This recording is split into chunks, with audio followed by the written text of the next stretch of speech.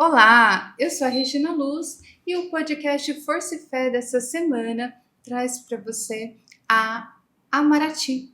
A Amarati é uma associação já de 44 anos em Jundiaí que oferece assistência para crianças e adultos com problemas neurológicos.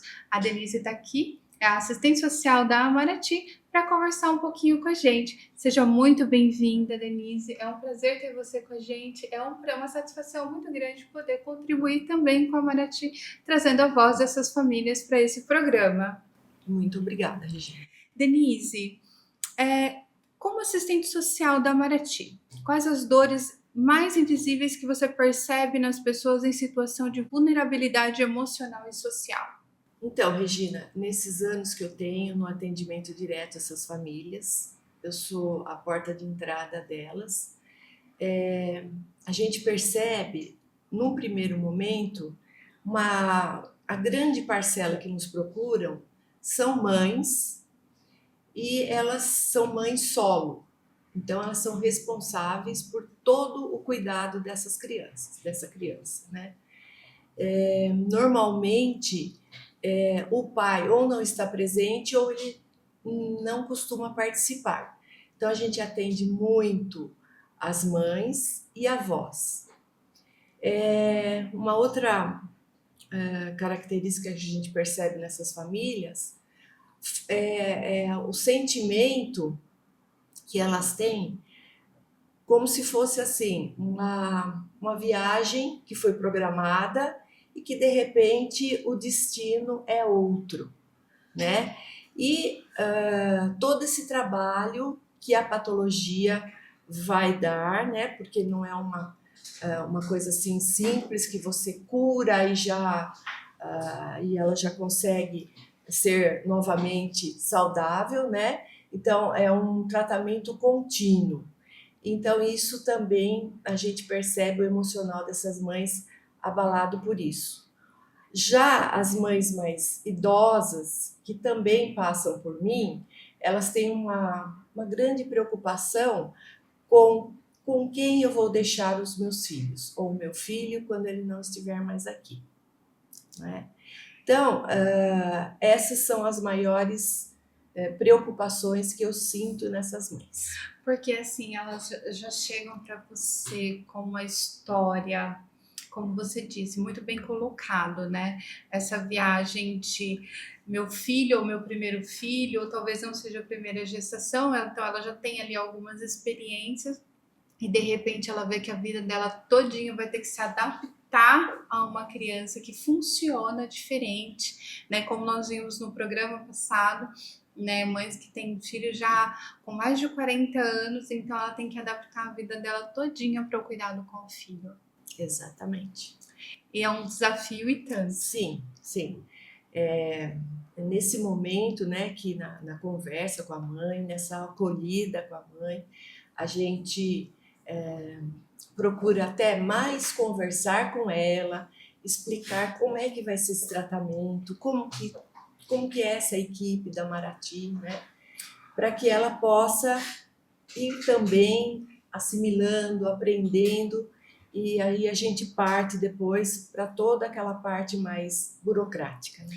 Então, a mãe acaba precisando de ajuda também, de Sim. apoio e assistência, tanto Sim. Emocional quanto psicológica. Sim. Alguns casos são esses que eu coloquei, né? Que a mãe descobre a dificuldade da criança na hora do nascimento, um pouquinho depois, né? E nós temos aquelas que no decorrer da vida acabam adquirindo alguma deficiência, né? Então, é um outro tipo de dificuldade também, né? Porque a criança era normal e de repente apareceu uma dificuldade. Por exemplo, visual, auditiva, nesse sentido, Ou tem mesmo, alguma neurológica? mesmo pode ser neurológico ou não, mas, por exemplo, um acidente de carro tardio, né, que venha a lesionar a coluna, a medula. Então, um tumor, Então, nós Entendi. já tivemos esses casos também. Muito bom saber, porque passa às vezes desapercebido, né? Onde a gente vai buscar assistência numa situação delicada, né? Como essa. E nessas situações, já aproveitando para uma nova pergunta, qual foi assim a história que mais te marcou desses momentos em que você já está há quanto tempo na Amarati? 26 anos. Uma vida. 6 anos. Quase a metade da instituição, da fundação da instituição. E por acaso eu fiquei sabendo que a fundadora é vizinha de uma amiga minha, né? Mora próximo de casa. Ela tem acho que 80 e poucos anos, né? Que também o filho dela era neurodivergente. Ela fundou a Amarati. Qual é o nome dela? Ai, Dona Josefina seria? não Mãe lembro. do César? Eu sei que os dois participam da minha paróquia. A Amarati, ela começou em 82, através de um grupo de 7 famílias que tinham filhos com várias patologias diferentes uma da outra, e eles queriam montar uma clínica aqui em Jundiaí, algum local que pudesse atendê-los. Porque eles tinham uma grande dificuldade, tinham que buscar o atendimento fora, às vezes iam para São Paulo, né? E eles iniciaram, alugaram uma casa, um sobrado, próximo ao Hospital São Vicente, e contrataram os profissionais, começaram o atendimento com recursos próprios. Com recursos próprios, com a ajuda também da diretoria da ATEAL, que também estava se formando nessa época. Entendi. Né? Mas eles não conseguiram levar avante, porque eles tinham que administrar a casa e, ao mesmo tempo, cuidar dos filhos. Então, eles resolveram que iriam fechar.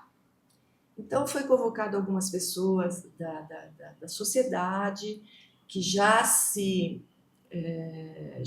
frequentavam a clínica, né? Já se afeiçoaram pela clínica, para ver a possibilidade, então, de fechar o estabelecimento com dignidade, pagando os funcionários e tal. E aí, através de uma proposta desses funcionários, eles falaram, bom, então nós estamos trabalhando agora para fechar, por que não para continuar? Então, foi o que foi feito, foi toda uma movimentação da sociedade civil, né, das empresas, e aí, através da prefeitura, nós conseguimos o terreno em caráter lá de comodato e se construiu a unidade que é hoje, né? Que é lá na Vila Progresso. Então, nós começamos novamente ali. Que lindo. É tão bom, né, gente, ver que o povo é pelo povo, sim, né? Que sim. Independente das dificuldades que a gente enfrenta, um momento delicado como esse, as pessoas se sensibilizam, né? Por mais que não faça parte ali do dia a dia dela, ela vê a história de uma outra pessoa que está passando por um momento delicado, estende a mão e o coração. Isso deixa o coração quentinho, viu, gente? Sim. E a população de Jundiaí é muito colaborativa, então assim, nós temos só que agradecer todas as doações, o início, né, a diretoria que já passou, que hoje são conselheiros, então hoje eles continuam ainda, é uma diretoria voluntária e que está ainda à frente da parte, vamos dizer, administrativa, operacional. Que legal. E nesse tempo todo, qual foi a história assim que mais te marcou, que mais tocou o coração e te falou, Regina, é aqui que eu quero ficar? Eu pensei assim bem nessa questão, porque a Amarati, para mim, ela é um aprendizado diário, né? Então, realmente são muitos desafios, são casos, a gente atende lá, eu não falei, mas a gente atende, a grande maioria é paralisia cerebral, nós atendemos mielomeningoceles, que é uma lesão medular, síndromes, malformações genéticas. Então, para cada caso que chega, por exemplo, um mocinho, uma criança, é um tipo de tratamento específico de acordo com a patologia. né?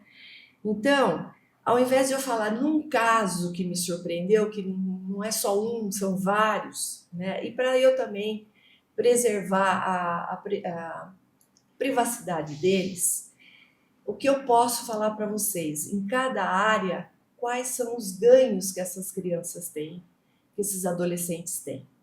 Então, por exemplo, você imagina a vitória que é um pai para uma mãe ver uma criança que não consegue se alimentar, que usa sonda, em um determinado momento, com o tratamento da fonoaudiologia, ela consegue sair da sonda, ou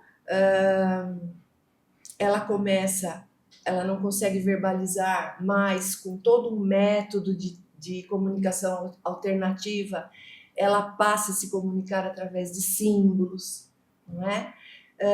A fisioterapia, quando ela enxerga o potencial da criança, olha, ele tem sim condições de andar, de andador ou de muletas, mas ele vai sair da cadeira de rodas, não é? Quando a gente consegue, por exemplo, quando eles adquirem a idade escolar e a equipe visualiza que eles têm as condições de estar na escola, então a gente faz a inclusão escolar. Essa inclusão é toda supervisionada pela Marati. Nós capacitamos os profissionais, através dos materiais, a gente adapta para eles e acompanha nas escolas. A gente também tem perto de 80 crianças sendo acompanhadas na rede pública, né? Fora os que já estão conosco, que têm alguma dificuldade escolar e que a gente dá esse reforço baseado no material didático que eles já trazem da escola. Vamos ver mais um caso aqui para você. Na terapia ocupacional, por exemplo,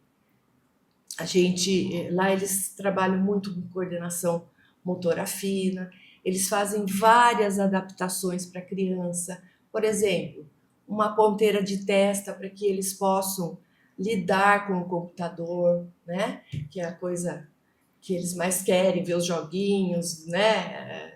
No computador.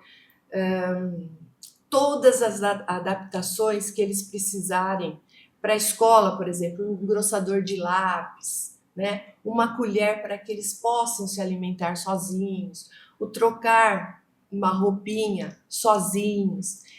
Então, tudo isso faz parte do trabalho dessa equipe. Por isso que eu costumo dizer, quando a criança entra bem pequenininho, o prognóstico dele é muito melhor, porque a gente tem a condição de acompanhar todas as fases do desenvolvimento dele, não é? Então, outra coisa, nós temos a dança-terapia, né, que já é desenvolvida na Marati há 30 anos. Né? Começou como uma festinha das professoras com eles, uma festinha de Natal, né? E a gente começou a crescer, aí saiu da apresentação que era só dentro da entidade, nós fomos para um teatro e hoje a gente tem uma apresentação no Politeama. Olha! Né? Então, assim, são crianças que são elencadas para a equipe e são outras que já gostam de dançar. Então, é uma dança adaptada para eles, em que as mães dançam junto, alguns pais também estão se arriscando e estão dançando. Então, é um espetáculo que mostra a autonomia, que mostra a autoestima e a superação, né? Você imagina o que é ver uma mãe levando um filho para dançar num teatro, não é? Por ele, ela está fazendo isso. E, ao mesmo tempo, a gente criou lá o grupo de mães. Aí elas vão lá e vão dançar sozinhas. Então, eu acho que você tem que ter muita autoestima, né? E muita confiança nessa equipe para poder chegar num estágio desse. Então, eu costumo dizer, Regina, que a Marati, a equipe dela é o coração da Marati, não é? Eu tô me segurando aqui para não cair nas lágrimas, na emoção. Eu vou chamar os comerciais para os nossos patrocinadores e já volto com vocês, porque essa história mexe com o coração da gente.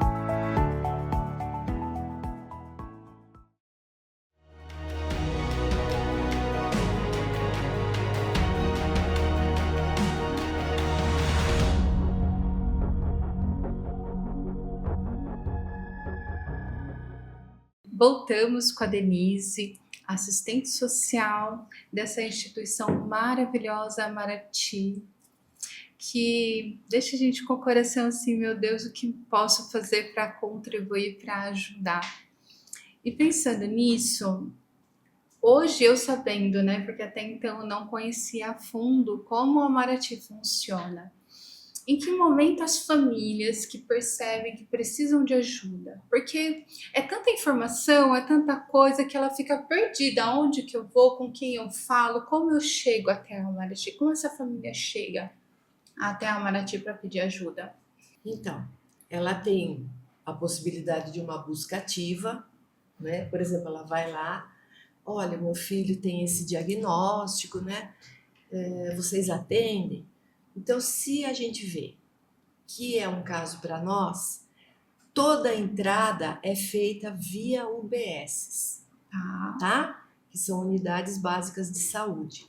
Então, a mãe vai até lá e eles fazem um agendamento eletrônico com o serviço social. Uhum. Se alguma outra entidade me liga para saber, é a mesma orientação, né? Certo. Então, eles vão, eles marcam uma triagem, passam lá comigo, eu vou acolhê-los e orientá-los, né? Quanto à documentação, eu vou abrir um cadastro ali, vou pedir relatórios, vou ver em que pé está a situação daquela criança, daquele paciente. Depois disso, eu já vou deixar agendado para ele ou para ela uma consulta com o nosso neurologista. Tá. Ele acompanha todas as triagens e ele é que vai me indicar, não, é elegível essa criança ou não. Ele é responsável por toda a interação medicamentosa dessa criança, por pedir exames, então ele acompanha as crianças quando as mães querem que ele acompanhe. Tem algumas que fazem o tratamento em outros locais, não tem problema nenhum, né? E aí o doutor Davi, que é o nosso neurologista, ele vai falar para mim, não, Denise, é caso para nós. Então, a partir desse momento, eu vou agendar para a criança as 4 áreas principais de atendimento. Então, a fono, audiologia, terapia ocupacional, fisioterapia e psicologia. A equipe vai avaliar e depois vai montar um tratamento, né, um programa terapêutico para essa criança. Bom, a gente depende de fila também para chamar. Existe um critério de elegibilidade para a criança entrar. Tem um período assim, tipo, meses? Quanto Então, tempo que essa criança fica na fila de olha, espera? Hoje eu acredito que gira em torno de 6 a 1 ano, 6 meses a 1 ano, tá bom? Dependendo do caso, é o que eu falei para você. Se vem uma criança com um diagnóstico muito grave, que o doutor já falou, olha, não dá para esperar muito. Entendi. Essa criança não tem nenhum recurso fora, não está fazendo nenhuma reabilitação. Então a equipe reavalia de novo e vê a possibilidade dela entrar para o atendimento. Porque, por exemplo, se ela tem uma assistência via plano de saúde, aí esse é um dos critérios que pode, por exemplo, demorar um pouquinho mais. Mas assim, considerando que já tem esse apoio da UBS, sim, né? E a gente entende que ali, quando vem pelo SUS, a necessidade acaba sendo maior, porque realmente essa criança não tem nenhuma assistência ali nesse sentido. E aí, no caso, os exames, né, que vai ser necessário, que são necessários, né, para essas avaliações, o próprio SUS ele já disponibiliza via UBS ou eles são feitos na Amaraty? Esses exames, alguns que já tratam lá com o pediatra e tal, ele já fez um pré-diagnóstico, né? Então eles já trazem para nós. Então eu já vou perguntar: você tem algum exame feito e tal? Porque na consulta eles já trazem. Entendi. E tem aqueles que estão começando. Então aí o nosso médico vai pedir e eu vou marcar isso via regulação da Secretaria de Saúde. Entendi. O que nós temos recebido ultimamente, Regina, são casos que vêm do norte, nordeste. Então a criança realmente vem sem nada. Nós temos que começar do zero. Então, o atendimento ele é a nível Brasil, não é só da região. Não, essas crianças, não, é só da região. Ah, tá. Mas essas crianças têm parentes aqui Ah, e chamam, olha, vem que tem nós temos um conhecimento e tal. Então, eles vêm mesmo para morar aqui. Entendi. Acaba ficando residente justamente para facilitar isso. Né, essa assistência. Exatamente. Então, a gente começa ali do zero para fazer o diagnóstico, para começar a acessar a rede, né? Acessar os direitos deles. Então, eu fico mediando a equipe, o médico e a família. A mediadora das necessidades. Gente, e assim, quando a família está se sentindo perdida, uma mensagem sua para essas famílias que a gente percebe que hoje em dia precisam de apoio, né? A gente sabe da dificuldade que às vezes que é chegar até você, que nem, por exemplo, você comentou que tem uma família que mora aqui e às vezes a criança vem de outro estado para cá. E quando não tem esse acesso, né? Vamos colocar, por exemplo, uma criança que mora numa zona rural ou numa área de difícil acesso. Como que é feita essa triagem, esse trabalho justamente para ter esse conforto para a família? Então, hoje, eu acredito que a gente não tenha mais muitos casos assim, que mora muito longe e tal. Por quê? Aqui em Jundiaí, por exemplo, nós temos UBSs em quase todos os bairros, não é? Nós somos prestadores de serviço para a Secretaria de Saúde. Então, as UBS já são orientadas, não é? Olha, a Maraty cuida de pacientes com lesões neurológicas que têm um comprometimento motor. Então, eles já encaminham, já vem direto, não precisa ligar nada, eles já vão e vão marcando, né? Então, assim, tem muito também o boca a boca dos conhecidos. Entendi. Então, pode chegar para mim numa situação bem precária, de carência, de vulnerabilidade, né? Mas aí junto, nós e a rede, e onde eles moram, o bairro que ele mora, a gente procura, através também dos centros de referências do município, a gente vai atender. Ainda bem que eles não ficam escondidos como eram há tempos atrás, né? Eles estão mais presentes, mais inclusos. Gente, é lindo conhecer o trabalho da Maraty. Nós tivemos a oportunidade de conhecer algumas mamães da Maraty. Já falei para o pessoal que eu vou marcar um café. Fica o convite para você que está nos assistindo para conhecer essa instituição, conhecer de perto uma instituição que está há 44 anos assistindo